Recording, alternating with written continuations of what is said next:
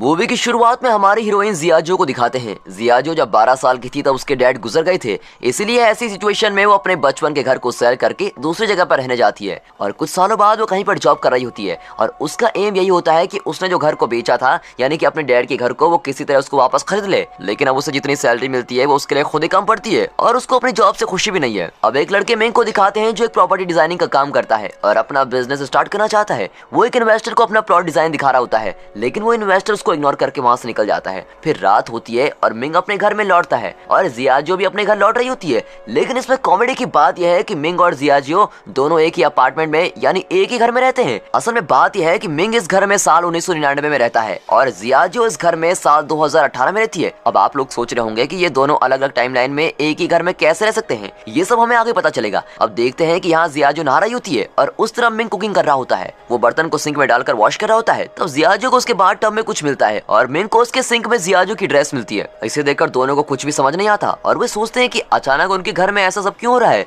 लेकिन बहुत थक जाने के कारण दोनों इसके बारे में ज्यादा नहीं सोचते और बेड पर जाकर सो जाते हैं। फिर अगले दिन सुबह मिंग के चेहरे पर जियाजो एक जोर का तमाचा लगाती है। वो दोनों शॉक होकर उठकर देखते हैं तो उन दोनों के कमरे मिक्सअप हुए होते हैं और वो कमरा पहले से भी बड़ा होता है। अब ये सब देखते ही दोनों घबरा जाते हैं। फिर जियाजो मिंग को चोर समझकर वहाँ की चीजों से मारने लगती है और मिंग भी यहाँ वहाँ भाग रहा होता है। तब उन्हें समझ में आता है कि दोनों के कमरे मर्ज हुए हैं। अब मिंग उसके कमरे से विंडो से बाहर देखता है, तब वहाँ बादल छाए हुए होते हैं और यहाँ जियाजो अपने कमरे से बाहर देखती है तो वहाँ तेज धूप होती है। फिर मिंग अपना डोर ओपन करके बाहर जाता है, तब उसे कुछ अलग नजारा नहीं दिखता। वो अब तक साल 1999 में होता है। लेकिन जब जियाजो मिंग के दरवाजे से बाहर देखती है तो वो एकदम शॉक हो जाती है, क्योंकि वो अब तक तो ईयर 2018 में जी रही थी, लेकिन उसे बाहर 1999 के सीन्स दिखते हैं और वो घबरा कर अंदर आती है और डोर लॉक कर देती है। फिर वो अपने कमरे के दरवाजे को खोलकर देखती है, तब वो फिर से 2018 में आ जाती है। लेकिन अब ये देखकर मिंग बड़ा ही हैरान हो जाता है, क्योंकि वो अब तक 1999 में जी रहा था और अब 2018 में टेक्नोलॉजीज और भी एडवांस हो गई होती हैं। फिर दोनों घबराकर अंदर जाकर डोर लॉक कर देते हैं। फिर वे दोनों समझ जाते हैं कि दोनों एक ही अपार्टमेंट में अलग अलग टाइमलाइन में जी रहे हैं। तब जियाजो मिंग के चेहरे पर एक और तमाचा लगाती है और मिंग उसे इसका रीजन पूछता है। तब वो कहती है कि ये सपना है, ये सच में जानने के लिए मैंने तुम्हें तमाचा मारा। फिर मिंग कहता है कि इस तरह लड़ते रहने से कुछ नहीं होगा, क्यों ना हम इन दोनों दरवाजों को एक साथ ओपन करके देखें कि क्या होता है। फिर वे दोनों जाकर अपने साइड वाले डोर्स को एक साथ खोलने की कोशिश करते हैं, लेकिन उस समय उन दोनों के कमरे फिर से मर्ज होने लगते हैं। तब वे समझ जाते हैं कि दोनों दरवाजों को एक साथ खोला नहीं जा सकता। अब जियाजो को याद आता है कि 1999 में उसके डैड जिंदा थे, इसीलिए वो मिंग से कहती है कि तुम अपने साइड का दरवाजा खोलकर मुझे तुम्हारे टाइमलाइन में ले लो, क्योंकि मुझे मेरे डैड से मिलना है। और मिंग भी उसे वहां ले आता है। अब 1999 में आते ही जियाजो उसके डैड से मिलने के लिए बहुत ही खुश है और भागकर जा रही होती है। लेकिन वहां पहुंचते ही वो देखती है कि उसके डैड ऑलरेडी 10 साल के जियाजो के साथ खेल रहे हैं। अब ये देखकर जियाजो बड़ी इमोशनल हो जाती है और वो उनसे मिलने के लिए तेजी से उनके पास जाने लगती है और तभी अचानक उनके सराउंडिंग्स में एक अर्थक्वेक आता है और तेज हवा भी आने लगती है, जिसके कारण वो अपने डैड से मिल नहीं पाती। फिर वो गुस्सा होकर फिर से अपने अपार्टमेंट में लौट आती है। अब मिंग उसे कहता है कि जैसे मैं तुम्हें मेरी टाइमलाइन में लेकर गया, ठीक वैसे ही तुम मुझे भी अपनी टाइमलाइन में ले चलो। और तब जियाजो उसे एडवांस लैपटॉप देती है और उस लैपटॉप को देखकर मिंग बड़ा ही सरप्राइज हो जाता है,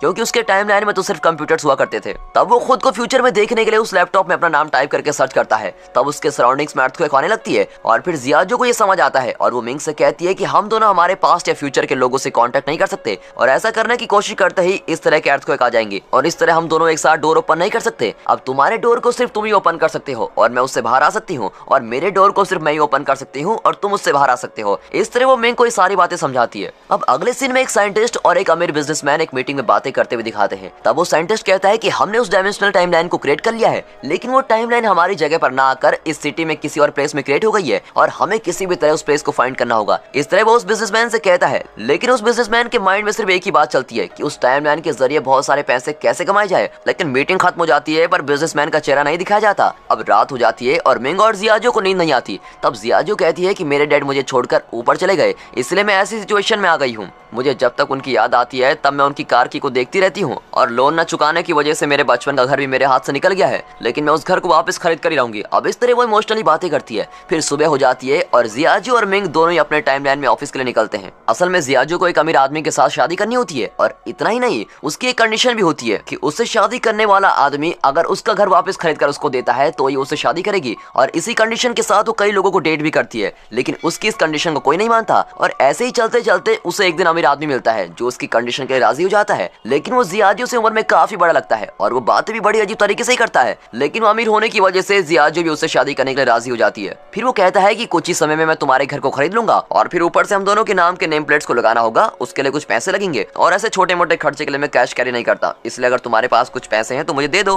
और इसकी बातों में आकर जियाजो भी उसको एटीएम से पैसे निकाल कर देती है। फिर वो कहता है कि मैं पानी की बोतल लेकर आता हूँ, लेकिन काफी देर हो जाती है और वापस नहीं लौटता। और तब जियाजो को पता लगता है कि वो असल में एक चोर था और वो उसके पैसे भी लेकर चला गया। इससे जियाजो बहुत ही अपसेट होती है और पुलिस आकर इन्वेस्टिगेट करने तक वो बैंक के बाहर ही बैठी रहती है। यहाँ मिंग अपने ऑफिस के रेस्ट रूम के अंदर बैठकर ड्रिंक्स ले रहा होता है। तब उस रेस्ट रूम में उस कंपनी का ओनर, उसका मैनेजर जूनी और उसके साथ और एक एम्प्लॉइज, ऐसे 3 लोग आते हैं। तब उनसे ओनर कहता है कि हमें आगे चलकर और भी बिजनेस करना है और इसके लिए मेरे पास बहुत सारे आइडियाज हैं, और ये कहकर चला जाता है। और उसके जाते ही जूनी उस एम्प्लॉय से कहता है कि उस ओनर को धोखा देकर हमें उसके सारे पैसे लेने होंगे और फिर हम उसे बैंक में फंसा देंगे, और इस तरह उस एम्प्लॉय को अपना प्लान बता देता है। तब बाथरूम में दिखाते हैं जहाँ मिंग कुछ गिरा देता है और उसकी आवाज सुनकर जूनी समझ लेता है कि किसी ने उनका प्लान सुन लिया है। फिर वो बाथरूम के पास जाकर झुककर देखता है और मिंग के पैर को पकड़कर खींच लेता है और उसको बाहर निकालता है। फिर मिंग को देखते ही वो कहता है, अच्छा तुम्हें कोई बिजनेस स्टार्ट करने के लिए पैसों की जरूरत थी ना, उसके लिए मैं तुम्हें बैंक से लोन अरेंज करवा कर देता हूँ, लेकिन तुम मेरी कही भी बातों को किसी और से नहीं कहोगे। तब मिंग भी कहता है ठीक है, मैं सोच कर बताता हूँ। फिर थोड़ी देर बाद जूनी मिंग को अपने कैबिन में बुलाकर कहता है कि मैं तुम्हें क्यों लोन अरेंज करके दूं, तुमने तो सिर्फ मेरी बात सुनी है लेकिन तुम्हारे पास उसका कोई प्रूफ तो नहीं है, और अब तो मैंने तुम्हें नौकरी से भी निकाल दिया है, तो तुम अब घर जा सकते हो। इस पर मिंग उससे कई बार रिक्वेस्ट करता है और कहता है मैं इस बात को किसी और से शेयर नहीं करूंगा और प्लीज मुझे नौकरी से मत निकालिए, लेकिन जूनी उसकी बातों को इग्नोर करता है और उसे नौकरी से निकाल देता है।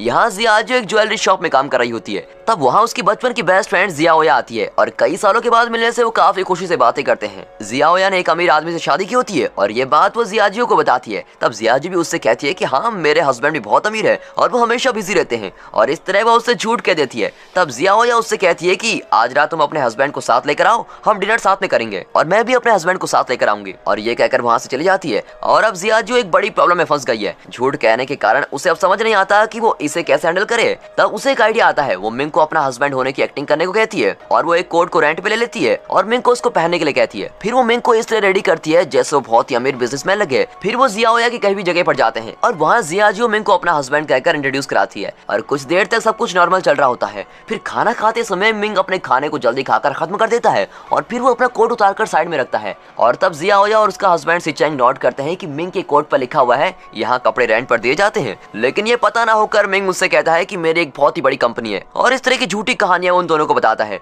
और ये सब सुनकर वो दोनों को हंसी आती है। और इतना नहीं, जियाजियो उन्हें अपनी एक और फेक डायमंड रिंग को दिखाकर कहती है ये करोड़ों रुपयों की डायमंड है, और तब वो फेक डायमंड उस रिंग से निकलकर आग के पास जाकर गिरता है और वो पूरी तरह से मेल्ट हो जाता है। अब ये सब देखकर जियाओया और सिचेंग हंसने लगते हैं और इससे जियाजियो बहुत ही शर्मिंदा होती है और फिर घर लौट जाती है और इस बात को सोचकर मिंग के सामने रोती है। तब टीवी में कोई लॉटरी टिकट का शो चल रहा होता है और उस शो को देखते ही वो लॉटरी टिकट खरीदकर अमीर बनने के सपने देखते हैं और वे असल में कौन सा लॉटरी नंबर जीतेगा इसका पता लगाते हैं। और फिर अगले दिन ही मिंग के टाइमलाइन में यानी 1999 में जाकर तुरंत उस नंबर वाले लॉटरी टिकट को खरीद लेते हैं। अब क्योंकि दोनों को पता चल गया है कि उनकी लॉटरी ही विन करेगी, इसलिए वे दोनों खूब मजे करते हैं। अब इस दौरान जियाजियो मिंग को अपने टाइमलाइन में ले लेती है और दोनों बहुत ही एंजॉय करते हैं और बाहर में जाकर ड्रिंक्स करते हैं। तब उस रेस्टोरेंट का स्टाफ उनसे आकर ड्रिंक्स के पैसे मांगता है। तब जियाजियो कहती है मेरे सारे पैसे खत्म हो गए हैं, इसलिए तुम मेरा पर्स रख लो, ये कोई नॉर्मल पर्स नहीं है बल्कि बहुत कीमती है, और कल मैं आकर तुम्हें पैसे देकर ये पर्स वापस ले लूंगी। अब अगले दिन सुबह होते ही दोनों उठकर लॉटरी टिकट के रिजल्ट को जानने के लिए बड़े क्यूरियस होते हैं और एज एक्सपेक्टेड उनकी लॉटरी टिकट ही विन करती है। लेकिन तब अचानक उनका लॉटरी टिकट में से नंबर गायब हो जाता है और दोनों बड़े उदास हो जाते हैं। फिर उन्हें समझ में आता है कि वो उनके फ्यूचर को चेंज नहीं कर सकते,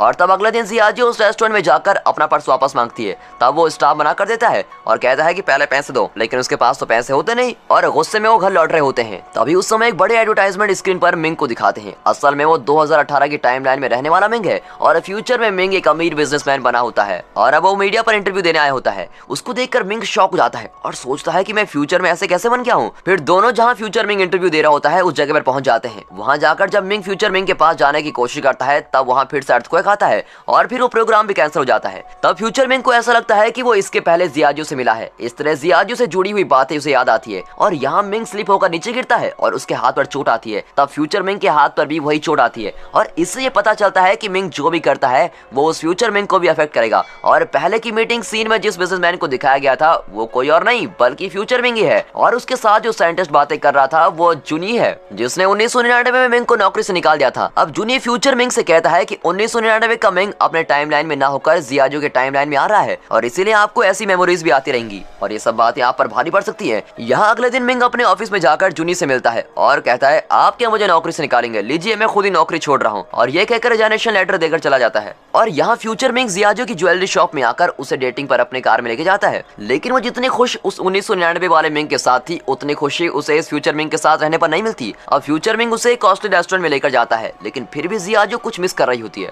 डिनर करते समय फ्यूचर मिंग उससे कहता है कि मुझे पता है कि तुम 1999 वाले मिंग के साथ रह रही हो, लेकिन अब तुम मेरे पास्ट के साथ मत रहो क्योंकि इससे मेरा फ्यूचर अफेक्ट हो सकता है। मैं किसी गोल के साथ आगे बढ़ रहा हूँ लेकिन उसमें तुम्हारी वजह से कोई प्रॉब्लम आ सकती है और तुम्हारे बचपन के घर को मैं तुमको वापस खरीद कर दे दूंगा, लेकिन उसके बदले में तुम्हें 1999 वाले मिंग को छोड़कर उससे दूर जाना होगा। अब ये सुनकर और कोई रास्ता न होने पर जियाजो भी इसके लिए एग्री करती है, लेकिन वो उस घर के लिए नहीं बल्कि उसकी वजह से मिंग के फ्यूचर में कोई प्रॉब्लम्स ना हो ये सोचकर हाँ कर देती है। फिर जियाजो घर आते ही मिंग से कहती है कि मुझे और कोई जगह पर अच्छी नौकरी मिल चुकी है इसलिए मैं यहाँ से जा रही हूँ। और अगले दिन सुबह होते ही वो अपना सारा सामान लेकर उस अपार्टमेंट से बाहर निकलती है और मिंग को छोड़कर जाने के बारे में सोचकर रोने लगती है, लेकिन जियाजो ने अपने टाइमलाइन में जाते समय उसके डोर को लॉक नहीं किया होता है और वो जरा सा ओपन रह जाता है और इसे मिंग भी नोट करता है और अब मिंग जियाजो की हेल्प के बिना ही उस टाइमलाइन में इजीली जा सकता है। अब मिंग के टाइमलाइन में उसका मैनेजर जूनी उस कंपनी के ओनर पर अटैक करता है और इससे ओनर बेहोश हो जाता है। फिर जूनी घबराकर उसे ड्रिंक्स पिलाने लगता है। असल में उसका प्लान ये होता है कि उसे ड्रिंक्स पिलाकर नशे में उसको मारना होगा ताकि लोग समझेंगे कि वो एक एक्सीडेंट से मरा है। अब जियाजो के टाइमलाइन को दिखाते हैं और वो काफी सालों बाद अपने बचपन के घर में लौटी है। तब जियाजो ने जिस पर्स को एक रेस्टोरेंट के स्टाफ को दिया था वो पर्स फ्यूचर मिंग लाकर उसको देता है और तब जियाजो नोट करती है कि मिंग के कोट पर रेंट वाले शॉप का स्टिकर लगा होता है और ये देखते ही वो समझ लेती है कि वो फ्यूचर मिंग नहीं बल्कि 1999 वाला मिंग है और फिर वो दोनों किस करने लगते हैं और जियाजो उससे कहती है कि हमारा सेपरेट होना ही तुम्हारे फ्यूचर के लिए अच्छा होगा, इसलिए आगे से तुम कभी मुझसे मिलने की बात मत करना, और उसको ऐसा कहकर भेज देती है। फिर दोनों ही रोने लगते हैं और मिंग सैड होकर अपने अपार्टमेंट में लौटता है और तब उसे जूनी कॉल करके अर्जेंटली एक ब्रिज पर पहुंचने के लिए कहता है। मिंग को कुछ समझ में नहीं आता कि नौकरी छोड़ देने के बाद भी जूनी उसको क्यों बुला रहा है। असल में जूनी ने मिंग को इसलिए बुलाया होता है क्योंकि उसे ओनर को मारने के लिए उसकी हेल्प की जरूरत थी। वो उसे कहता है कि हम इसे अब मार देंगे लेकिन ये एक एक्सीडेंट लगना चाहिए, लेकिन मिंग को ऐसा नहीं करना होता है और वो जूनी को लाख समझाता है कि ऐसा मत करो, ऐसा करना गलत है, लेकिन जूनी उसकी बातों को इग्नोर कर देता है। और तब मिंग कुछ बातें रियलाइज करता है कि 1999 में फ्यूचर मिंग और जूनी ने मिलकर उस ओनर को मार दिया था और इसी वजह से मिंग को मैनेजर की पोस्ट मिली थी और इस तरह से वो इतना अमीर बन गया था। ये सारी बातें मिंग समझ लेता है और तब मिंग उस कार की कीचेन को नोटिस करता है और ये वही चेन है जिसे देखकर जियाजो अपने डैड को याद करती है, यानी वो ओनर ही जियाजो के डैड है। अब ये समझते ही मिंग सोचता है कि मैंने जो मिस्टेक की थी उसे मैं ही ठीक करूंगा। फिर वो जाकर जूनी को रोकता है और उस ओनर को बचा लेता है और ऐसा करने पर फ्यूचर मिंग गायब हो जाता है और जियाजो को अपने डैड वापस मिल जाते हैं और वो फिर से बचपन से अपने डैड के साथ टाइम स्पेंड करने लगती है। अब टाइम पास्ट में जाने से वहाँ सब कुछ बदलने लगता है और मिंग भी सभी को बदलते हुए देखता है और वो तब जियाजो से मिलने के लिए उस अपार्टमेंट की तरफ भागता है और दोनों एक दूसरे से मिलने के लिए भाग कर आते हैं और फिर दोनों एक ही जगह पर मिलते हैं। तब जियाजो धीरे धीरे गायब होने लगती है। तब मिंग उसे कहता है कि अब कुछ देर में तुम गायब हो जाओगी और अब तुम तुम्हारे पास्ट में आ गई हो और अब तुम उम्र में मुझसे 7 साल छोटी भी हो। तुम मुझे नहीं जानती लेकिन मैं तुम्हें अच्छी तरह से जानता हूँ, मैं तुम्हारा साथ नहीं छोड़ूंगा और मैं तुमसे मिलने जरूर आऊंगा। ऐसा कहते रहने पर जियाजो गायब हो जाती है। अब 8 साल बाद दिखाते हैं कि अपने पसंद की कोई म्यूजिक सुनकर जियाजो उस म्यूजिक की तरफ चलकर आ रही होती है और वहाँ आते समय मिंग उसको देख लेता है और मिंग उसके पास आने लगता है। तब पास आते ही जियाजो उसे किक करती है और गुस्से में पूछती है कि क्या तुम चोर हो, इस तरह मेरे पास क्यों आ रहे हो। और इससे मिंग सोचने लगता है क्या अब भी हमें इस प्यार को लड़ाई से शुरू करना पड़ेगा। और दोस्तों इसी के साथ ये मूवी यहाँ पर खत्म होती है। दोस्तों ये मूवी आपको कैसी लगी हमें कमेंट करके जरूर बताइएगा और अगर वीडियो पसंद आ गई हो तो वीडियो को एक लाइक और चैनल को सब्सक्राइब अभी कर दें। And finally thanks for watching.